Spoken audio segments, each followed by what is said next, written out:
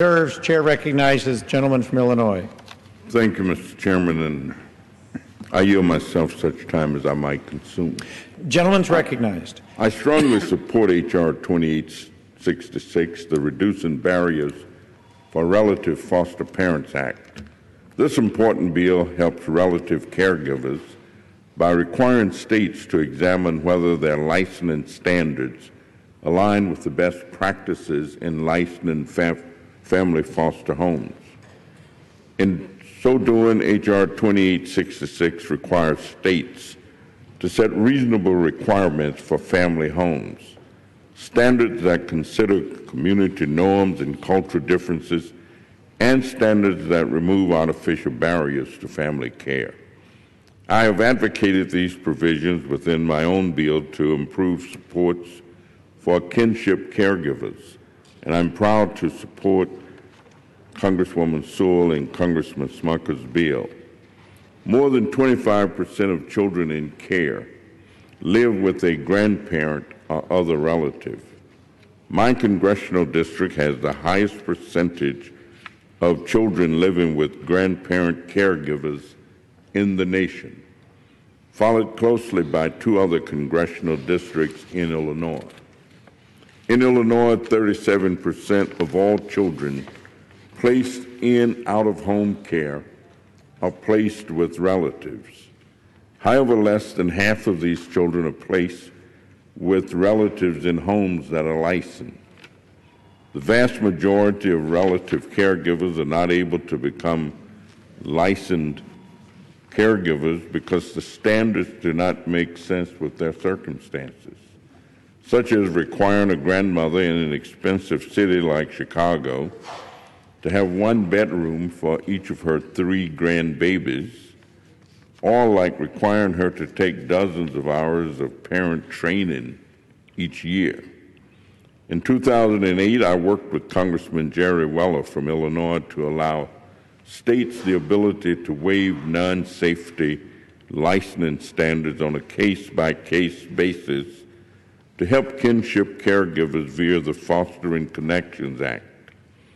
Unfortunately, many states chose not to exercise this waiver authority to assist kin caregivers. For example, in 2011, although Illinois had more than 3,600 non-licensed relatives caring for youth, only 72 licensing waivers for relatives were approved. Less than 2% received waivers. HR 2866 requires states to modernize their licensing standards to align with the best practices in licensing. This is a common sense and important change. Further, this bill advances our goal of ensuring that states follow the waivers to meet the best interests of the children. To understand the use of waivers, the Children's Bureau should collect data on states granting waivers for non-safety licensing standards for relatives, including the number of relatives applying for waivers, the number of waivers issued or denied, and the reason for denial. I strongly support HR 2866, the Reducing Barriers for Relative Foster Parents Act. Urge my colleagues to support it and reserve the balance of my time. The gentleman reserves. Chair recognizes the gentleman from Pennsylvania. Continue to reserve. Gentleman reserves. Chair recognizes the gentleman from Illinois. Thank you, Mr. Chairman. I yield 4 minutes to the gentlelady from Alabama, who is a sponsor of this bill, Representative Sewell. Gentlelady is recognized. Thank you, Ranking Member Davis. HR 2866, the Reducing Barriers for Relative Foster Parents Act, is a common sense piece of legislation that has strong bipartisan support right here in the House. I want to especially thank the gentleman from Pennsylvania, Representative Smucker, for joining me in introducing this bill. I want to thank him for his leadership on foster care and foster youth, and again say thank you for looking for what's in the best interests of the most vulnerable children in our society. HR 2866 has been supported by not only bipartisan support here in the House, but has the support of many foster care advocacy groups, including Generations United, the Annie E. Casey Foundation, and the American Academy of Pediatrics. Mr. Speaker, we need to do everything in our power to make the foster care system family-friendly, and HR 2866 takes an important step in that direction. By motivating states to update their foster care licensing regulations, we can reduce red tape and make it easier for family members to become foster parents. Research conducted by the Department of Health and Human Services, academics, and advocacy groups all show that children experience better outcomes when they are in the care of family members compared to children in non-relative care. When kids are placed with a relative like a grandparent, they experience fewer school changes, are less likely to re-enter the foster care system, and are more likely to be adopted. Moreover, data shows that foster youth experience better behavioral and mental health outcomes, are more likely to report that they, quote, feel loved, and are more likely to stay connected with their communities. I want to again thank Representative Smucker from Pennsylvania for his leadership and sponsorship of this bill with me, as well as my Democrat and Republican colleagues in the House Ways and Means Committee for unanimously supporting this legislation. I am encouraged to see that this body values our foster youth, and I hope we can continue to keep up this spirit of bipartisanship. I urge my colleagues to support this common sense legislation, and I yield back the balance of my time. Gentlelady yields back. The gentleman from Illinois reserves. Chair recognizes the gentleman from Pennsylvania. I continue to reserve. Gentleman reserves. Chair recognizes the gentleman from Illinois. Chairman, I yield 3 minutes to the gentlelady from California, Representative Karen Bass. Gentlelady from California is recognized. Thank you. I rise in support of HR 2866, and I want to congratulate my good friends, Representative Sewell, Kelly, and Smucker, for this legislation, reducing barriers for relative caregivers. Ironically, in the 1990s, when the crack cocaine epidemic hit, and that was the first time that women started using drugs equal to men, it hadn't happened before, and so families fell apart. And one of the things that happened in the early 90s was in the middle of the night, a grandmother might be called and 3 grandchildren delivered to her by Children's Protective Services. And the grandmother would take the children without any support, without any knowledge of how to deal with the trauma that the children faced.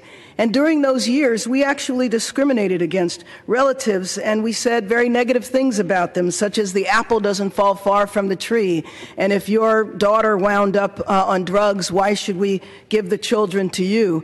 And so during those years, we would rather pay a stranger, and there can be wonderful foster parents, but a stranger to take care of children instead of families. One of the things that we did in Los Angeles was we organized the grandmothers and we trained them how to go before the Board of Supervisors and advocate on their own behalf. And that happened all around the country. And so there really was a movement of relatives who rose up and said, we want our children, we just need help. We might be on a fixed income and we can't really support the children. It's actually more expensive to put a child in foster care. And so there began a national movement for relative caregivers to fighting for their rights and for services. And so over the years, we've really evolved to the point where we have legislation like this, where we recognize the benefit of having relatives take care of children. Ironically, the last piece of legislation we were talking about was about children aging out of the system. Well, before we prioritized relatives, what would happen is a young child that was aging out of foster care, we would put them on the street, and the first thing they would do would be to go look for their families, because they might have family somewhere, and they would often do that. So this legislation, I think, is extremely important to allow flexibility for licensing of relative caregivers.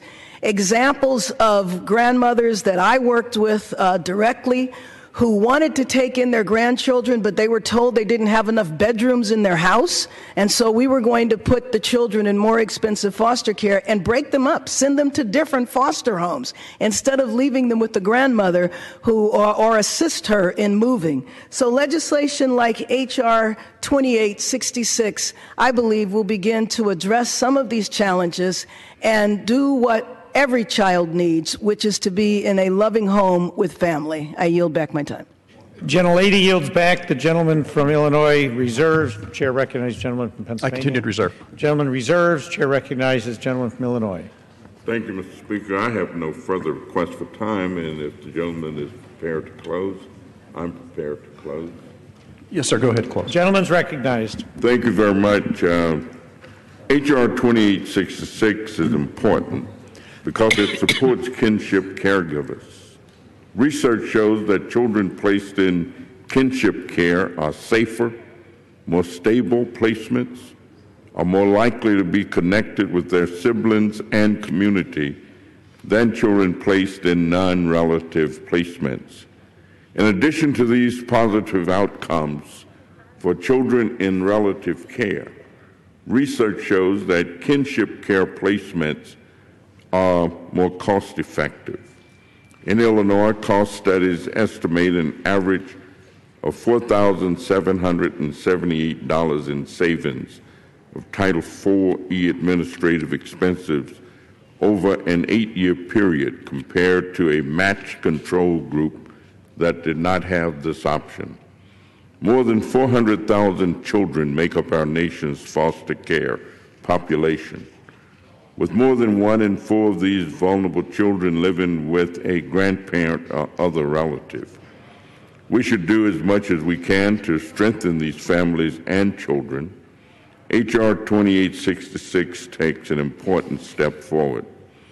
And Mr. Chairman, I have 2 facilities in my congressional district that have outstanding programs. They are 45-unit buildings that have been constructed for grandparents raising grandchildren.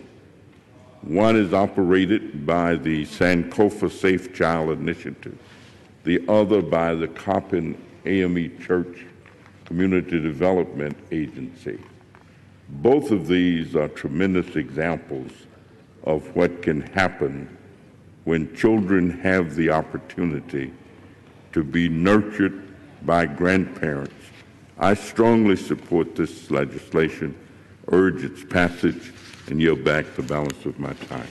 The gentleman yields. The gentleman from Pennsylvania is recognized. Mr. Speaker, I yield myself as much time as I may consume. Gentleman's recognized. I just wanted to take a minute because I think today is one of those days when the American people look to the people's house and say, isn't it something that they can actually agree? Isn't it something that they actually think with their hearts? Isn't it actually something that they can come together on an issue that is so basic and so simple and so easy to understand? And we're talking about our most precious asset in the country's best hope for the future, our children. And as I heard Ms. Sewell talk and Ms. Bass talk, and I know that in their hearts, I know how they feel about this, and I know this is not something that they just thought about today or this week or thought this would be a good piece of legislation. They think it's good because it's good for America. And Mr. Smucker to join with Ms. Sewell to have this type of legislation come forward. It is a breath of fresh air for the people's house.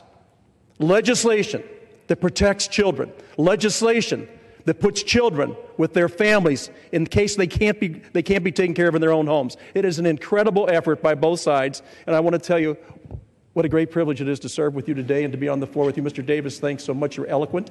Ms. Bass, always, and Ms. Sewell, always, and Mr. Smucker is a good friend of mine from Pennsylvania. So it's good to be with you all here today. And with that, Mr. Speaker, I yield back. Gentleman yields. The question is, will the House suspend the rules and pass the bill H.R. 2866 as amended? Those in favor say aye. Those opposed, no. In the opinion of the chair, 2/3 being in the affirmative, the rules are suspended. The bill is passed, and without objection, the motion Mr. to reconsider. Speaker, yes. I'd like to request the yeas and nays, please. The yeas and nays are requested. Those in favor of taking the vote by the yeas and nays will rise and remain standing until counted. A sufficient number having risen, the yeas and nays are ordered. Pursuant to Clause 8 of Rule 20, further proceedings on this question will be postponed.